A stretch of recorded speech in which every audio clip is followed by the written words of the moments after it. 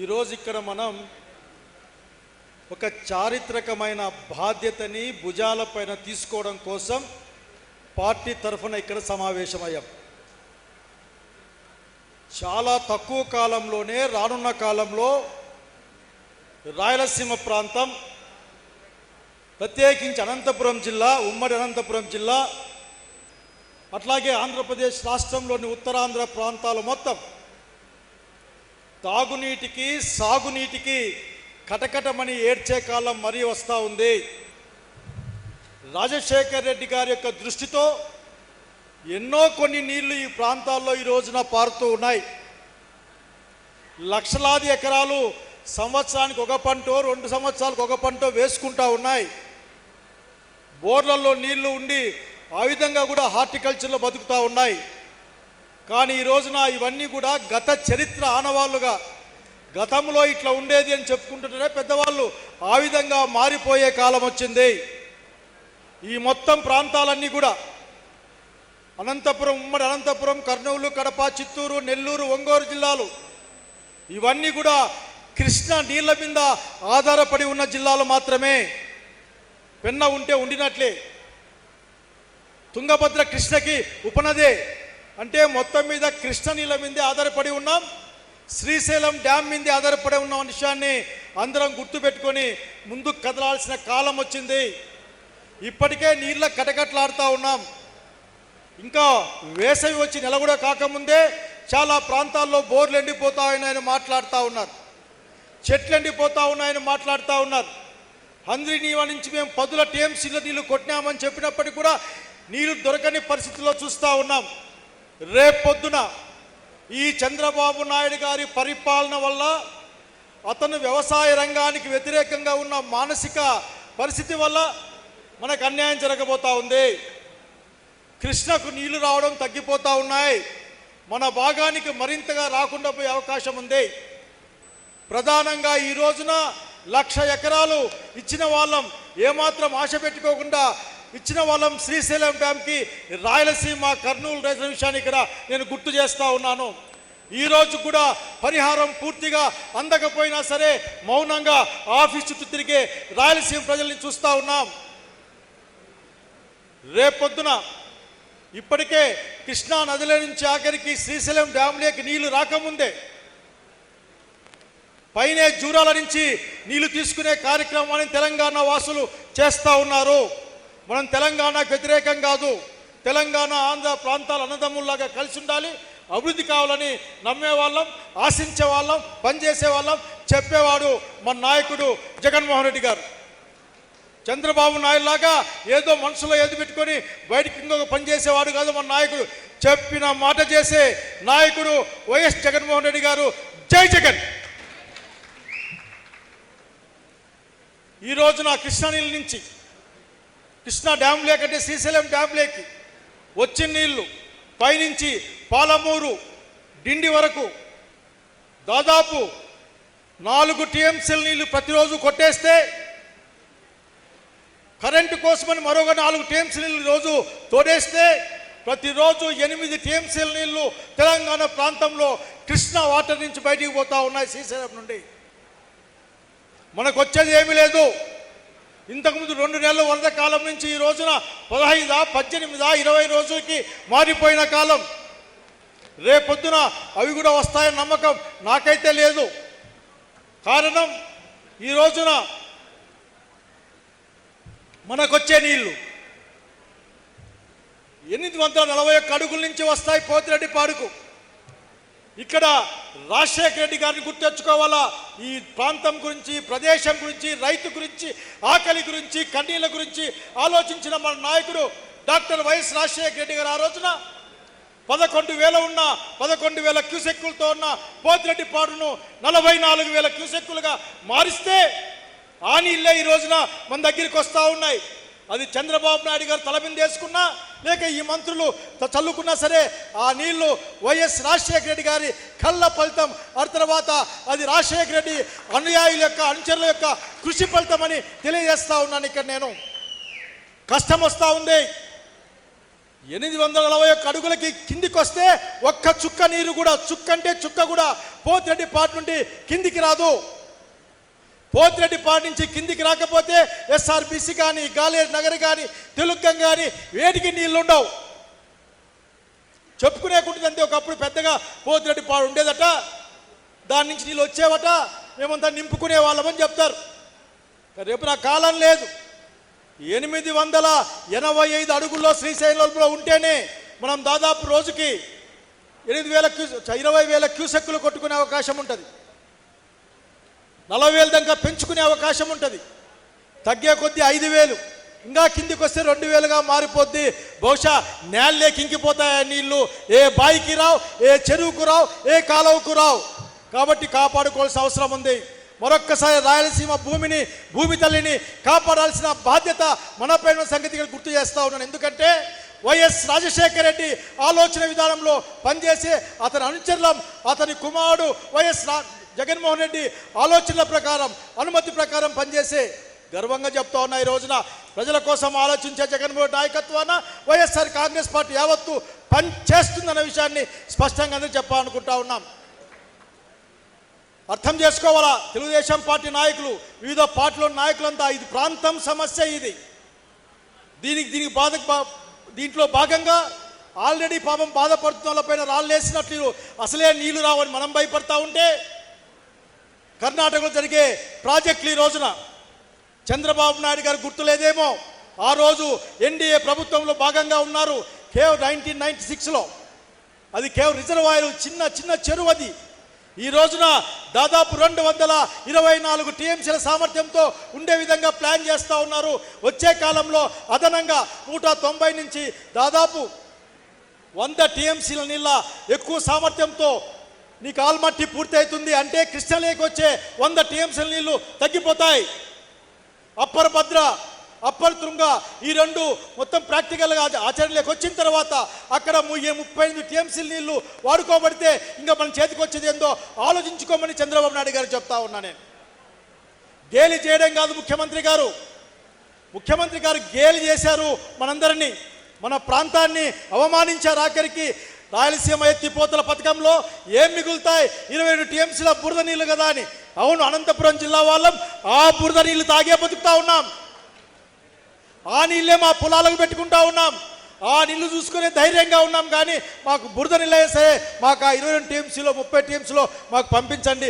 మాకు హెచ్ఎల్సీ నుంచి వచ్చే నీళ్ళు 28, 19, 14 దాకా వచ్చే అవకాశం ఉంది మాకు ఇక్కడ.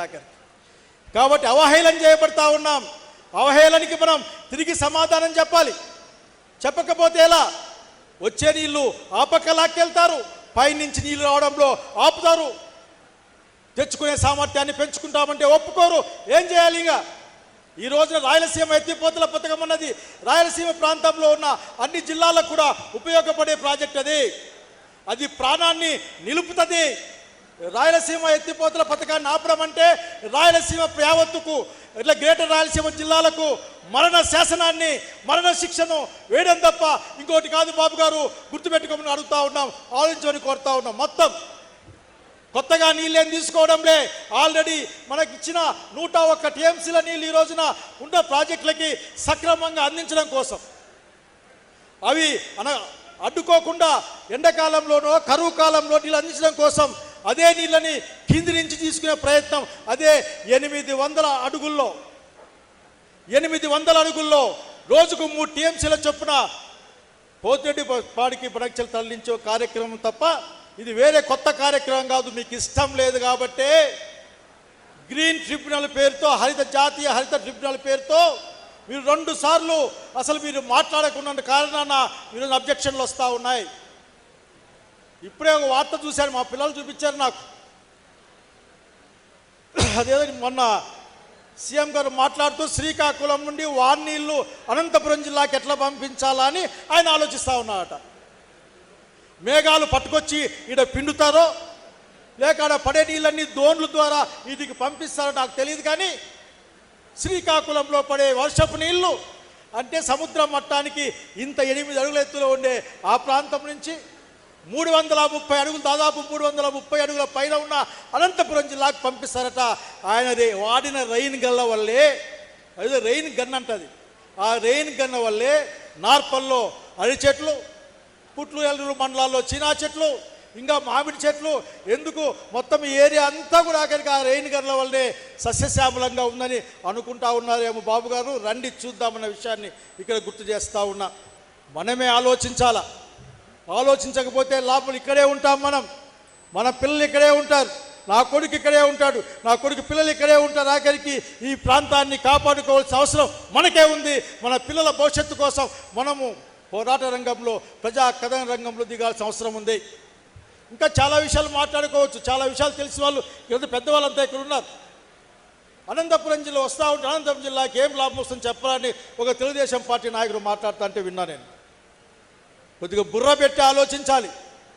గాలేరు నగరికి, హంద్రికి అనుసంధానం జరిగితే అక్కడ మిగిలే నీళ్ళన్నీ కూడా కర్నూలు, అనంతపురం జిల్లాకే ఉపయోగపడతాయి.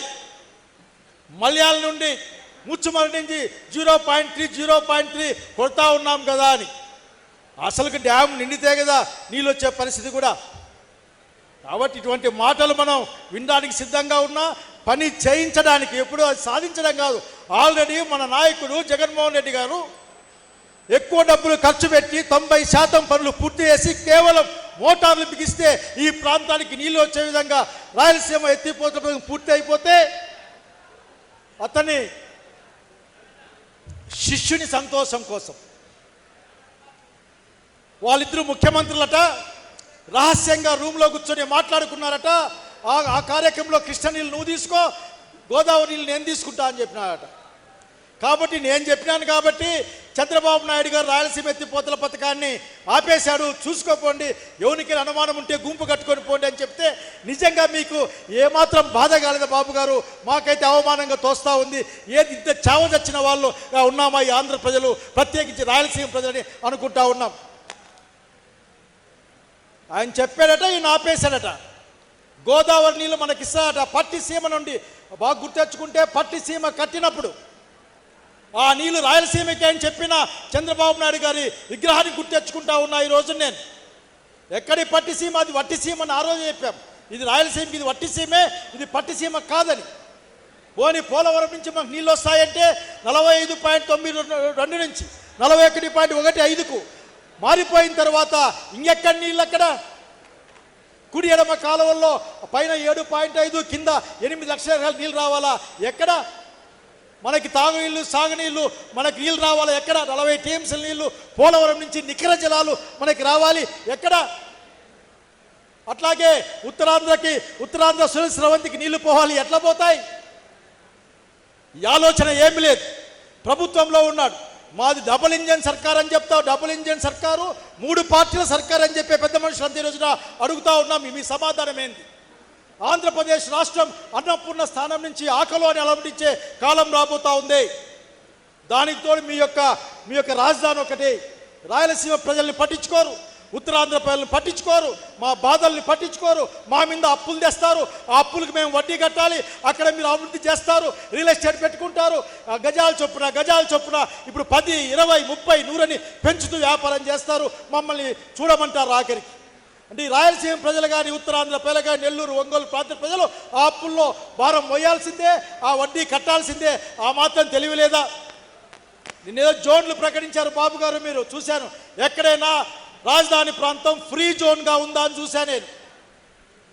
రాయలసీమ అమరావతి ప్రాంతంలో కానీ ఆయన చెప్పే రాజధాని ప్రాంతంలో ఫ్రీ జోన్, అన్ని ప్రాంతాలకు ఉద్యోగ అవకాశాలు ఉంటాయి, అన్ని ప్రాంతాలకు ఉపాధి అవకాశాలు ఉంటాయి. ప్రభుత్వం చేపట్టే ప్రతి పనిలో కూడా అన్ని ప్రాంతాలకు ప్రాతినిధ్యం ఉంటుందని ఒక్క మాట మీ నోట్లోంచి రాలేదు. మమ్మల్ని నమ్మమంటారు అమరావతి మా రాజధాని అని. మేము చెప్తా ఉన్నాం, మావిగాన్ మా రాజధాని.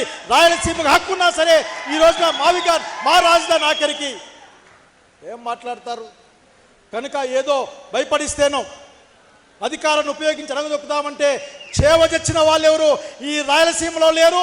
ప్రత్యేకించి అనంతపురం జిల్లాలో ఎవరు లేరు. ఆఖరికి ఏదైనా ఇక్కడే మొదలవుతుంది, ఇక్కడే గెర్లు గీస్తాం, ఇక్కడే చూస్తాం. ఆఖరికి రాయలసీమకు రావాల్సిన నీళ్లు, రాయలసీమ ప్రాంతానికి రావాల్సిన హక్కులు, ఆంధ్ర రాష్ట్ర అభివృద్ధికి అయ్యే అన్ని కార్యక్రమాలు జగన్మోహన్ నాయకత్వాన చేయడానికి అనంతపురం జిల్లా ముందుంటుందన్న సంగతి మేము మా నాయకుడు వెంకటరామరెడ్డి గారికి ప్రత్యేకంగా చెప్పాల్సిన అవసరం లేదు.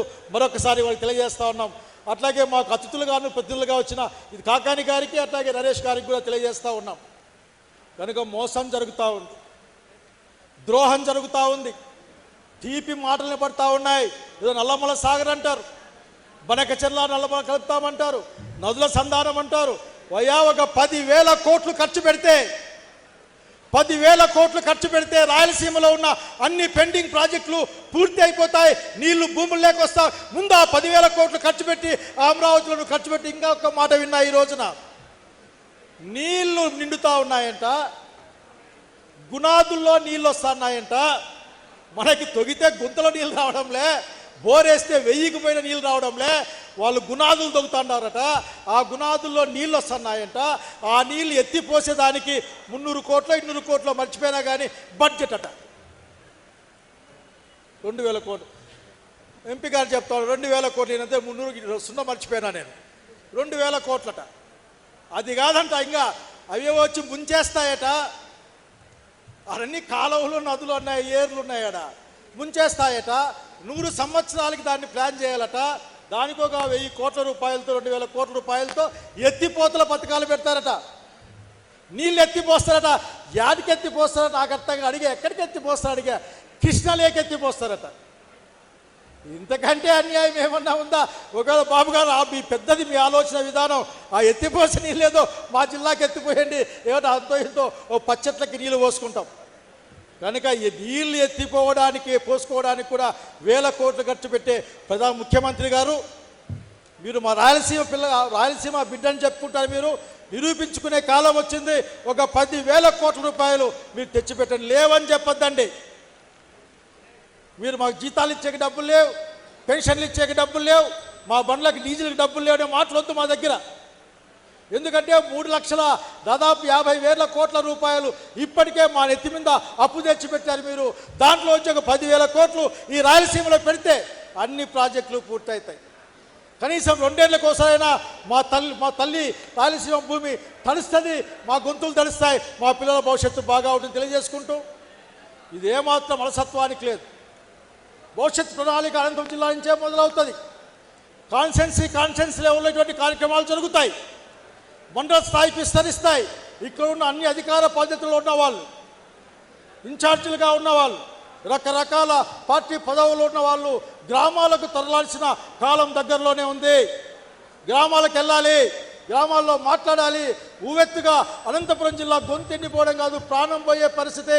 శ్రీశైలం డ్యామ్లోకి నీళ్ళు రాకపోతే మనకి ఏ నీళ్లు రావు. మనకి తుంగభద్ర డ్యామ్లోకి నీళ్ళు రావడం ఆగిపోతే అసలు ఆ నీళ్ళు అంతకన్నా రావు. అంటే అనంతపురం జిల్లా వాళ్ళ ఆఖరికి మరొకసారి వలసబాట పెట్టాలి. కనుక స్నేహితులారా, పెద్దలారా, మళ్ళీ కోరుతా ఉన్నా, ఇది ఆలోచనతో కూడిన ఆచరణ చేయాల్సిన సమయం. ఇది ఆచరణకు సిద్ధంగా మనం కోరుకుంటూ ఒక 2 లైన్లు ఒక పాట గుర్తుకొస్తే చెప్తాను. నేను ఆఖరి నేను బహుశా గతంలో పాడేవాడిని, ఇప్పుడు గొంతు బాగలేదు కానీ పాడుతామన్నాను. ఒకళ్ళు చెప్తాను, నా నీళ్ళు తప్పేదయ్యా, అంత డిస్కరేజ్. రాయలేలిన నాటి రతనాల సీమలో రగులుతున్నది కరువురాయ్యయ్యో, రాళ్ళపాలైపోయేరా నా రాయలసీమ కన్నీటి కాలాయరా. రాయలేని నాటి రతనాల సీమలో ఏటేట కరువులు వెంటాడి వేధిస్తే, కరువు రక్కసీచటాయ్యయ్యో కాపురం పెట్టిందిరా, శాశ్వతపు కాపురం పెట్టిందిరా. జోహార్ డాక్టర్ వైఎస్ రాజశేఖర రెడ్డి గారు. జై జగన్, జై జగన్.